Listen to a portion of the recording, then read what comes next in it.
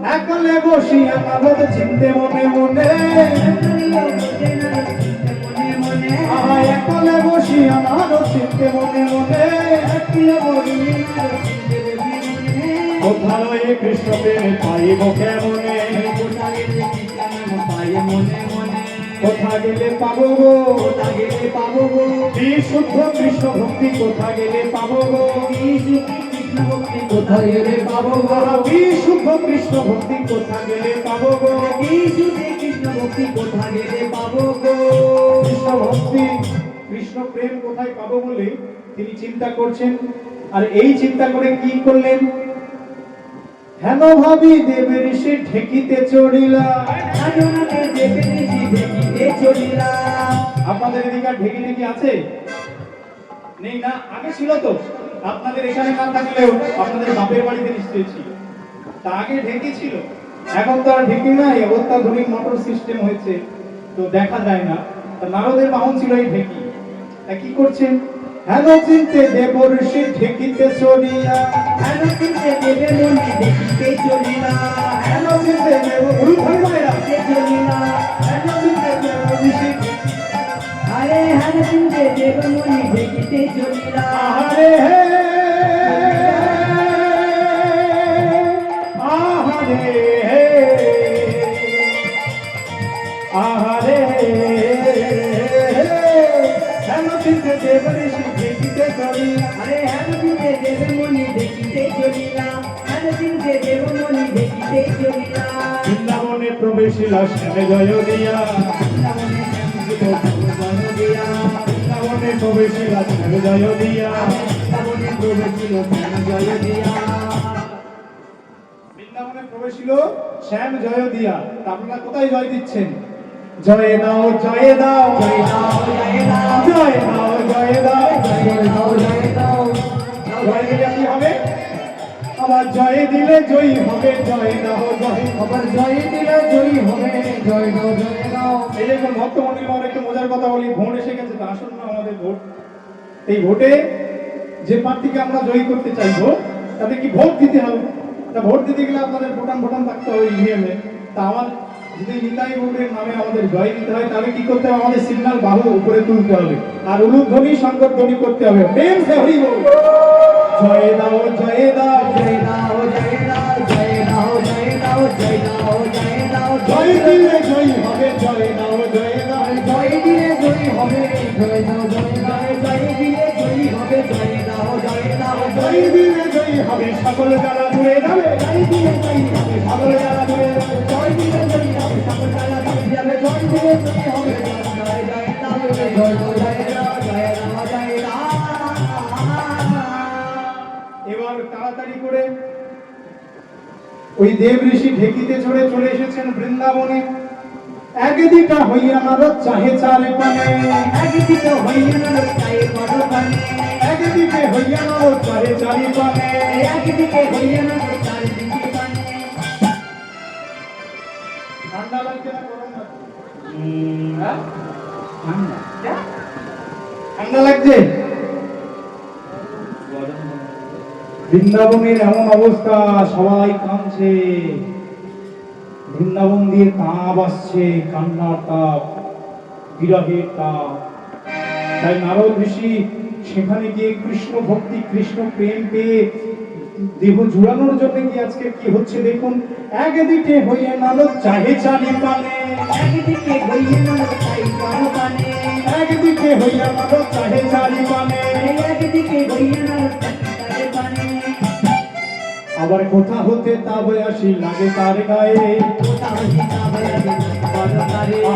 হতে তাবে আসি লাগে মরে গায়ে, কোথা হতে তাবে আসি লাগে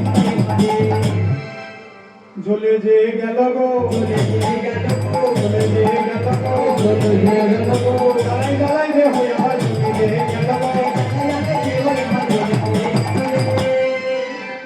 নারদ ঋষি বৃন্দাবনে কিসের জন্য এসেছিলেন? প্রাণ ঝুড়াবে বলে, তাই তো? তা প্রাণ ঝুড়ে দিয়ে দেখলো তার দেহের জ্বালা আরো বেড়ে গেল, তাই বলছে জ্বলে যে গেল গো, জ্বালাই জ্বালাই দেহ তার জ্বলে যে গেল গো, জ্বালাই দেহ তার জ্বলে যে গেল গো, কামড়াই দিয়ে সে তার দেহ জ্বলে গেল গো, কামড়াই দিয়ে সে তার দেহ জ্বলে গেল গো। বৃন্দাবনের যখন এইরকম বিরহ আকুল সংকট অবস্থা দেখেছে, তখন দেব ঋষি কি করলো? তখন সেই দেব ঋষি নিজের মনকে চারিপানে ভালো করে দর্শন করে আর সেই অবস্থা বুঝতে পেরে নিজের মনকে বলল, মন চলো চলো কোথায় না সেই দ্বারকায়, সেই দ্বারকায় চলো, সেখানে দেখি কি অবস্থা। তাই দ্বারকায় যাচ্ছে আর নিজের বীণাকে বলছে, বীণা তুমি এতদিন কৃষ্ণ নাম করেছ, আজ কৃষ্ণ নাম নয় ওগো বীণা, এবার আজকের আমার এই বীণাতে তুমি বলো রাধা, বলিয়ে রাধা রানী কি, রাধা রানী কি, প্রেমময়ী কি, বলো বীণা যন্ত্র, বলো বলো বীণা যন্ত্র, রাধা মন্ত্র, রাধা নাম ছাড়া আর কিছু নাহি আর, বলো বীণা যন্ত্র, বলো বীণা যন্ত্র, হরি চালা রাধা নাই জীবতান্ত।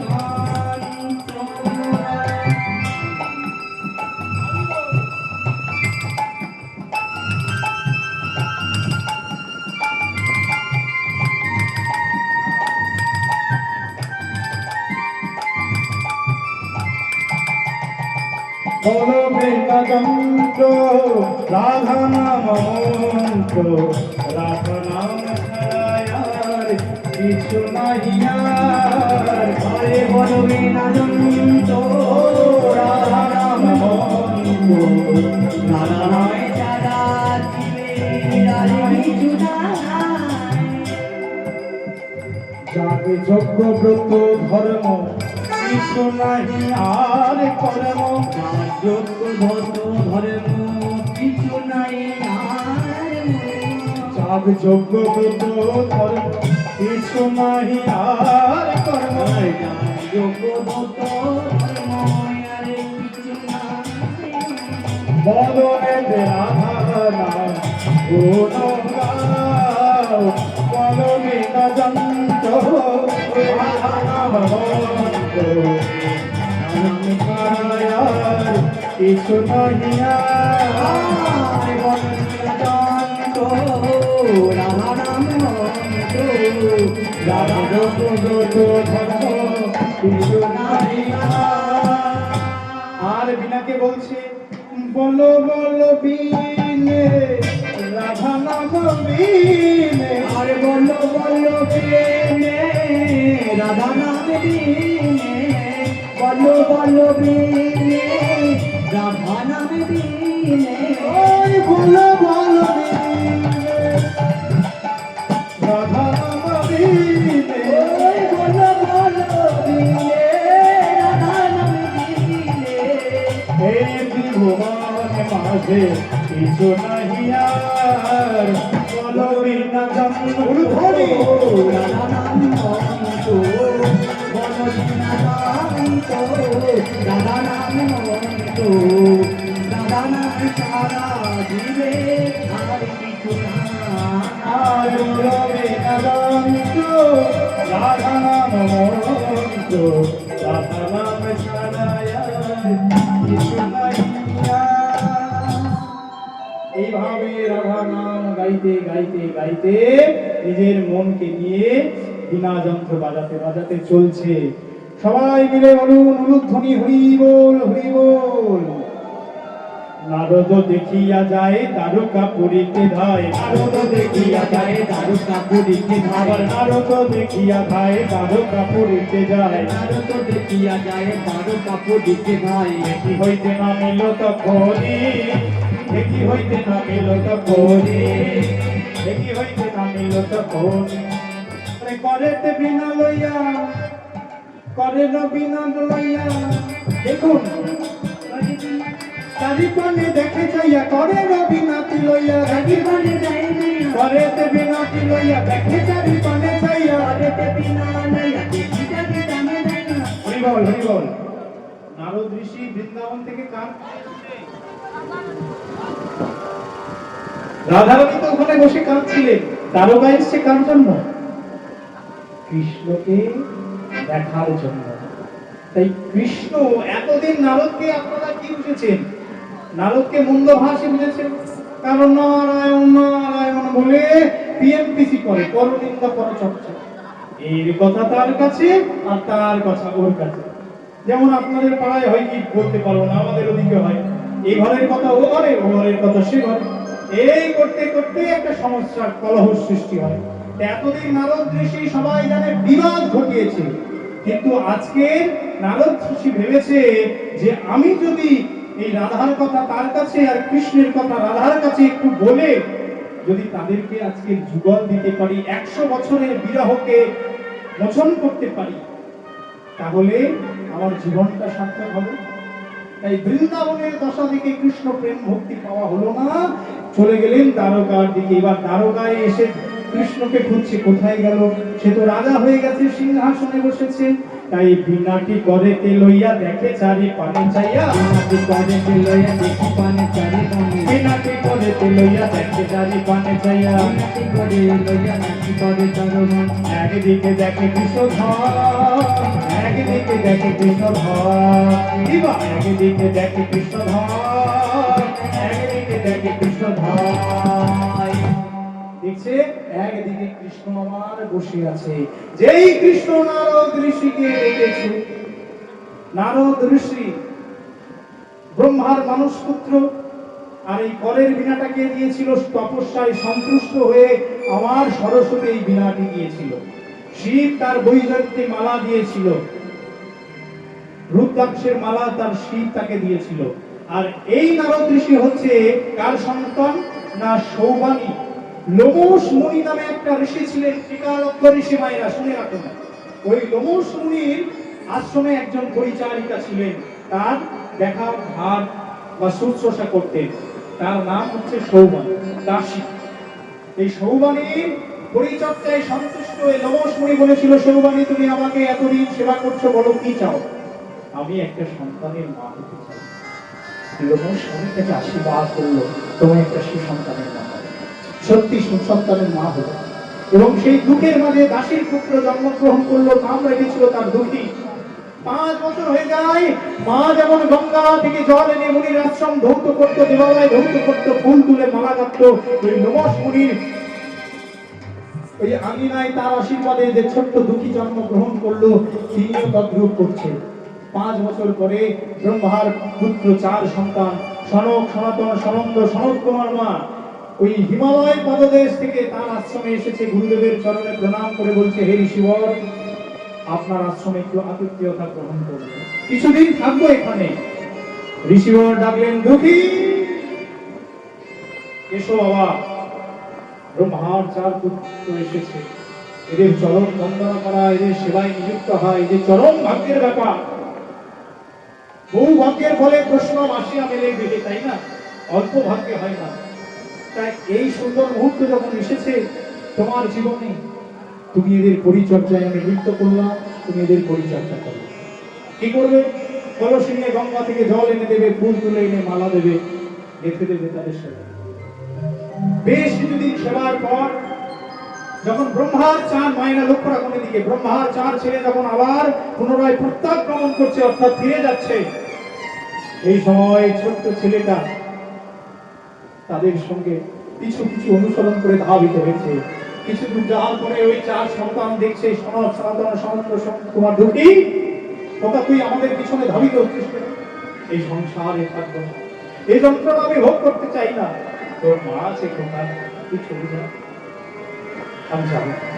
তাকে নিয়ে গিয়ে দীক্ষা দিলেন, তাকে দীক্ষা দিয়ে তাকে ফিরিয়ে দিলেন। সময় হলে মাতৃ আজ্ঞা পেলে তবে কৃষ্ণ ভজনে যাবি।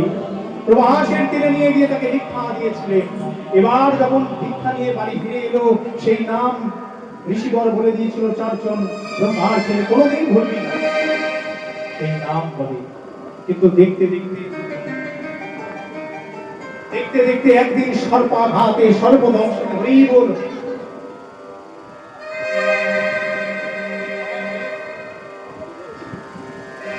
দেখুন, কিছুদিন পরে সর্পদংশনে নিহত হলো, তার মার প্রাণ দিয়ে হলো। মার ক্রিয়াকলাপ করে সান্তজ্ঞ শেষকৃত্য পালন করে ওই লোমশ মুনির চরণে প্রণাম করে বলছে, ঋষিবর আমি থাকবো না, এই সংসার ছেড়ে আমি চলে যাবো। প্রভাসের তীরে গিয়ে 12টা বৎসর ধরে সাধন ভজন করে ভোলানাথ শিবকে সন্তুষ্ট করেছে, আবার সন্তুষ্ট করেছিল ব্রহ্মাকে। ব্রহ্মা এসে তাকে নিজের মানস পুত্র রূপে বরণ করেছিল। তাহলে এই সেই সৌমানী দাসীর পুত্র হচ্ছেন আমার নারদ। এই নারদ ঋষি তিনি কি করছেন না, আজকের দ্বারকায় এসেছেন। দ্বারকায় যখন এসেছে, কৃষ্ণ তাকে দেখে প্রণাম করে বলছে, কি চাই মুনিবর, কি জন্য এসেছেন এখানে? বলছে, আমি এখানে এসেছি কেন জানো? একটা কথা মনে পড়ে গেল, সেই কথাটা বলবার জন্য এসেছি। ত্রেতায় রাম অবতারে রামচন্দ্র হয়ে যখন যুদ্ধ করেছিলেন, রাবণকে যখন বধ করেছিলেন, সেই সময় দোষীদের সাথে সাথে যুদ্ধের সময় কত সাধারণ নিষ্পাপ মানুষও মারা গেছে। ছোট্ট তরুণী সেন, তাকে তুমি বধ করেছ। পিছন দিয়ে তুমি বালিকে বধ করেছ। তাহলে তোমার পাপ হয়েছে। এই পাপের প্রায়শ্চিত্তের জন্য রামচন্দ্র লীলা অবসানের সময়ে কি করেছিলেন না, তিনি অশ্বমেধ যজ্ঞ করেছিলেন। আর আপনিও কৃষ্ণ অবতারে অবতরী হয়ে প্রথমে বৃন্দাবন লীলা, মথুরা লীলা, তারপর দ্বারকা লীলা, শেষে কুরুক্ষেত্রে রণাঙ্গনে গান্ধারীর অভিসম্পদে 56 কোটি জ্যোতিকুল ধ্বংসের পথে আজ তুমি এসে হাজির। কতই না পাপ হয়েছে, এই পাপ থেকে মোচন করার জন্য তোমাকে যজ্ঞ করতে হবে। তাই বলছে, ত্রেতায় রামে অবতারে অশ্বমেধে যজ্ঞ করে। ত্রেতায় রামের রাজা ছিল, অশ্বমেধে যজ্ঞ করলো। ত্রেতায় রামের রাজা ছিল, অশ্বমেধে যজ্ঞ কইল। ত্রেতায় রাম ছিল, অশ্বমেধ যজ্ঞ কইল। দানে বত যজ্ঞ করো এবে, রামে দানে ব্রত যজ্ঞ এনে। এবার দানে বত যজ্ঞ করো এবে, এবার দান ব্রত এনে। তোমায় যজ্ঞ করিতে হবে, তোমার যজ্ঞ করতে হবে। ওহে ওহে রাজন, তোমায় যজ্ঞ করিতে হবে। হে রাজন, তোমার যজ্ঞ করতে হবে। ও শ্যাম গুণমণি, তোমায় যজ্ঞ করিতে হবে। ও শ্যাম গুণমণি, তোমার যজ্ঞ করতে হবে। ওহে গুণমণি, তোমায় যজ্ঞ করতে হবে। আর কি বলছে, শোনো বলি ওহে রাজন, দেহ বন নিমন্ত্রণ। শোনো বলি ওহে রাজন, ত্রিভুবন নিমন্ত্রণ। আর শোনো বলি ওহে রাজন, দেহ বন নিমন্ত্রণ। শোনো বলি ওহে রাজন, ত্রিভুবন নিমন্ত্রণ। সবারে করিতে হইবে, কিবা সবারে করিতে হইবে। সবারে করিতে হইবে, কিবা সবারে করিতে হবে। সবাইকে তোমার নিমন্ত্রণ করতে হবে। আর এই কথা শুনে বলছে, কোথায় যজ্ঞ করব? তবে একটা স্থান বলে দাও। প্রভাস তীর্থে যোগ্য হবে, প্রভাস তীর্থে যোগ্য হবে, প্রভাস তীর্থে যোগ্য হবে, প্রভাস তীর্থে যোগ্য হবে। শোনো শ্যামে গুণমণি প্রভাস তীর্থে যোগ্য হবে। ও শ্যামে গুণমণি প্রভাস তীর্থে যোগ্য হবে। এই যে এত কিছু স্থান থাকা সত্ত্বেও প্রভাসের তীর্থে কি কেন বেছে নিলেন নারদ ঋষি? তার কারণ প্রভাস তীর্থ হলো পরম পূর্ণ স্থান, তাই না? তা দেখুন, দুটো তত্ত্ব আছে, দুটো ঘটনা আছে। সেই ঘটনাটা কি না, সুতপা ঋষি এবং মা সুরুচি তাদের ছেলে চিত্রাঙ্গদা, তা যখন ছেলে পুলে জন্মগ্রহণ করে বিধির বিধাতা তার কপালের লিখন লিখে দেয়, তাই আয়ু পরমায়ু, তাই না? মায়েরা উলুধ্বনি সবাই মিলে হরি বল হরি বল। হরি বল হরি বল হরি বল। তা বিধির বিধাতা কপালে লিখে দিয়েছে যে তার যতদিন পরমায়ু থাকবে। তা কিছুদিন পরে ওই চিত্রাঙ্গদা কি করেছে না, ওই প্রভাসের জলে ডুবে প্রাণ বিয়োগ ঘটেছে। সেই সময় সুতপা ঋষির আগে রাগান্বিত হয়ে বলছে, ওরে প্রভাস, অকালে আমার শিশুর প্রাণটা, আমার সন্তানের প্রাণটা তুই কেড়ে নিলি। আমি তোকে অভিসম্পাদ করলাম যে সন্তানের বিয়োগের জ্বালায় আমি এভাবে জ্বলছি, তোকেও সেই জ্বালায় তোর প্রাণটাকে চলতে হবে, চলতে হবে, চলতে হবে। তুইও আমার মতো জ্বালায় চলবি। তখন ঋষিবরকে প্রভাস করেছিল, আমার কি অপরাধ? বিধি যখন জন্ম দেয় তার কপালের ভাগ্যের লিখন লিখে দেয়, তার আয়ু পরমায়ু নির্ধারণ করে। তাহলে আপনার ছেলের পরমায়ু এই পর্যন্ত ছিল। আপনার ছেলে আমার পক্ষে তলিয়ে গেছে, প্রাণ দিয়ে ঘটেছে, এর জন্য কি আমি দায়ী? আপনি তো ভুল বুঝে আমাকে অভিসম্পদ দিলে। কবে আমার এই অভিসম্পদের প্রায়শ্চিত্ত হবে? বলো, তুমি কি চাও? আমি প্রায়শ্চিত্ত করবো। আমি ঋষি সুতপা ঋষি, বলো কিছু। আমাকে যে অভিসম্পদ দিয়েছো আমার পক্ষে চাই ভগবান কি? ভগবান আমার পক্ষে আসবে, পদার্পণ করবে এবং যুগল রূপ মাধুর্য দর্শন করাবে, তবে আমি আমার এই পাপ থেকে, আমার এই দেহের জ্বালা মোচন হব। তথাস্তু, আমি তোমার আশীর্বাদ করব। আরেকটা আছে, যখন দেবগুরু বৃহস্পতির স্ত্রী তারার দিকে চন্দ্র ছুটে গেছিলেন 27 জন স্ত্রী ছেলে, তখন অভিসম্পদ করেছিল, রে নারায়ণ, তুই 16 দিন পরে তোর এই প্রাণ বিয়োগ হবে, তুই ক্ষয় হয়ে যাবে। এক কলা দু কলা করতে করতে 15 কলা ক্ষয় হয়ে গেছে, আর এক কলা বসে আছে 16 কলা চাঁদের মধ্যে। 27 জন স্ত্রী গিয়ে জড়িয়ে ধরলো তার ভোলানাথের চরণে, জামাই বাবু রক্ষা করো। 27 জন স্ত্রী আজ বিধবা হয়ে যাবে, এত সুন্দর রক্তের রাঙা সিঁদুর আর দেখতে পারবে না, সবাই সাদা বৈধব্য বেশ করবে, উপায় বলে দাও। 27 জন স্ত্রীকে ছেড়ে আমাদের প্রতি চাঁদ গুরুর পত্নীর দিকে ছুটে চলেছে। গুরু অভিসম্পদ করেছে 16 দিন পরে তার মৃত্যু হবে। 15 দিন গত হয়েছে, এক কলা চাঁদ আছে। তখন বলল, তোমাদের স্বামীকে আনো, ওয়াটারপ্রুফ আমার এই জটার মধ্যে প্রবেশ করিয়ে দাও। ওয়াটারপ্রুফ ঘড়ি যেমন বাজারে থাকে না, জলে দিলেও সেই ঘড়ির কিছু সমস্যা হয় না, চলে, তেমন কৃষ্ণের জটা হলো ওয়াটারপ্রুফ। ওখানে দিয়ে দিল। কৃষ্ণের জটাটা কি? এখানে হচ্ছে কোনো অভিসম্পদ প্রুফ, এখানে কোনো অভিসম্পদ কাজে লাগবে না, তাই লুকিয়ে দিল। আর এদিকে অন্ধকার হয়ে গেল। ঋষি ভাবলো কি, যে চাঁদের মৃত্যু ঘটেছে। এবার 27 জন রমণী অন্ধকারে গিয়েছে, মাথায় কাপড় দিয়ে সাদা বস্ত্র প্রবেশ করে। কে? আমরা গুরুদেব, আমরা এসেছি আপনার শিষ্যর পত্নী 27 জন রমণী। 27 জন রমণী, তাই এবার একটু আগে আসতে পারলি না? যদি তোমরা একটু আগে আসতে, তাহলে এমন করে সাদা বসন করতে হতো না, আমি বলে দিতাম কিভাবে তোমাদের স্বামী মুক্তি। তাহলে এবার বলে দাও। বলে দেবো। তা এখন তো মারাই গেছে চাঁদ। বলছি, এই জগতের কোন নারীর স্বামী যেমন অকালে এমন ভাবে প্রাণ না পায়, বিয়োগ না হয়, সেই বিষয়টাই আমরা জেনে নিই, যে কি উপকার করলে এমন কঠিন অপরাধ থেকে মুক্তি পাবে।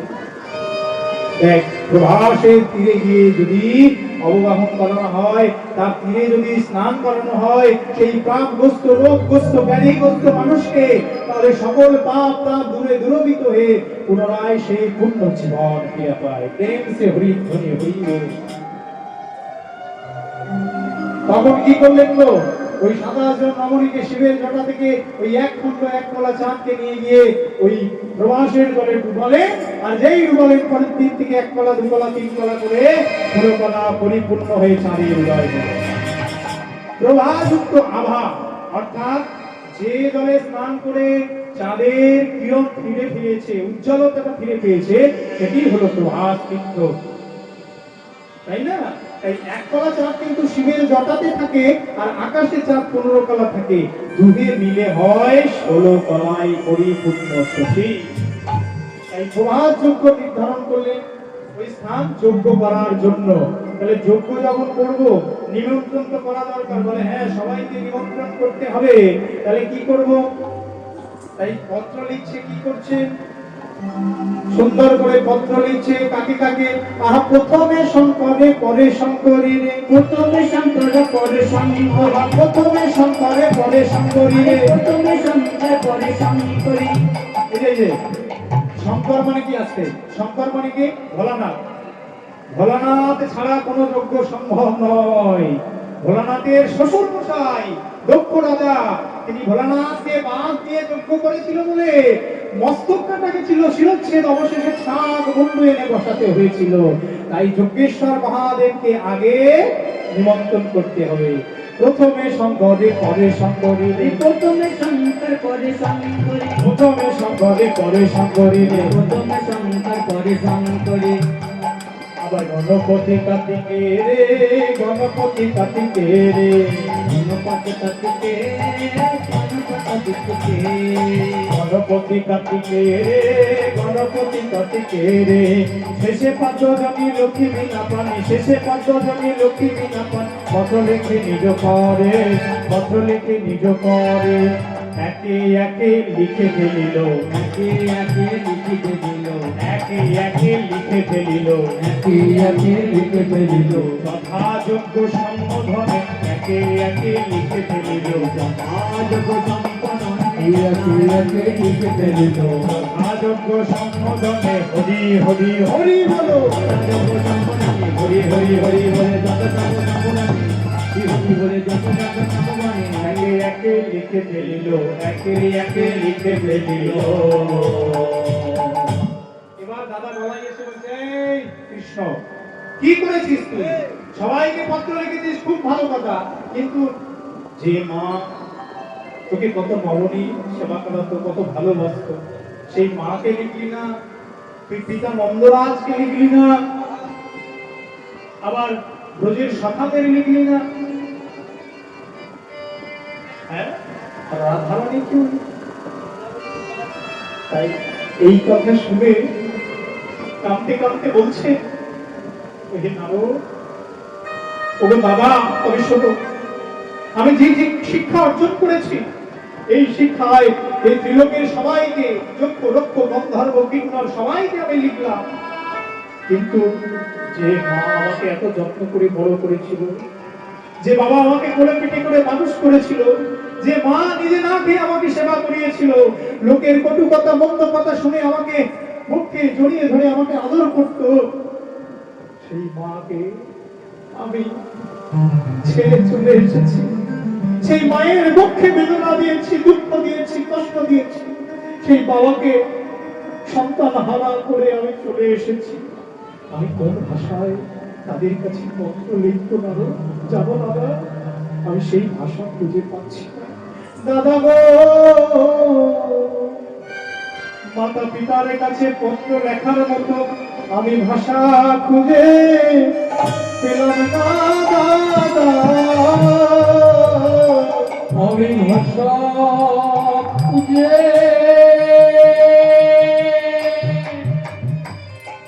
পেলাম না দাদা গো, আমি ভাষা যে খুঁজে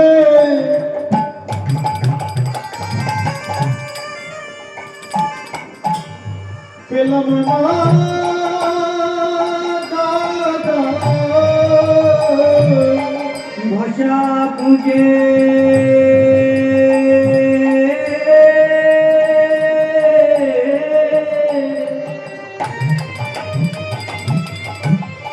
পেলাম না দাদা আমি কোন ভাষাতে তাদের পত্র লিখিব আমি কেমনে করে ক্ষমা চাইব কেমন করে পত্র লিখব কোন ভাষাতে ক্ষমা চাইব কেমন করে পত্র লিখব কোন ভাষাতে ক্ষমা চাইব আমি কেমন করে পত্র লিখব ওই কোন ভাষাতে ক্ষমা চাইব কেমন করে ওই গরু ধরে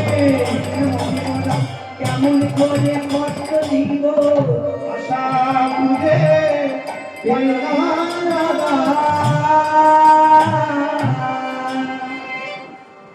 দাদার কথায় লিখলো মা পিতা অনেক ভুল করেছি অনেক কষ্ট দিয়েছি কিন্তু গুরুজন তোমরা আমার পিতা সর্ব পিতা ধর্ম পিতা হি কর্মং তব পিতরি প্রীতিমাপন্নে প্রিয়ন্তে সর্বদেবতা জননী জন্মভূমিষ্ঠ স্বর্গাদপি গরিহসি নমস্তস্মৈ নমস্তস্মৈ নমস্তস্মৈ নমঃ পিতা মাতা হলো আসল গুরু তাই গুরু ভজন না করে গুরু বন্দন না করে কোনো শুভ কাজ তো করা সম্ভব নয় মা পিতা আমি তোমার জন্য অপেক্ষা করছি তোমরা আমার যজ্ঞস্থলে এসে আমাকে আশীর্বাদ করো এইভাবে পত্র লিখলে এবং রাধারানীর হয়েও ওই ব্রজবাসিনীদের জন্য সখীদের জন্য পত্র লিখে দিলেন নারদের কাছে নারদ এবার তুমি যাও তাদেরকে নিমন্ত্রণ করিয়ে এবার কি হচ্ছে পত্র পাইয়া নারদ ঋষি আনন্দে চলিল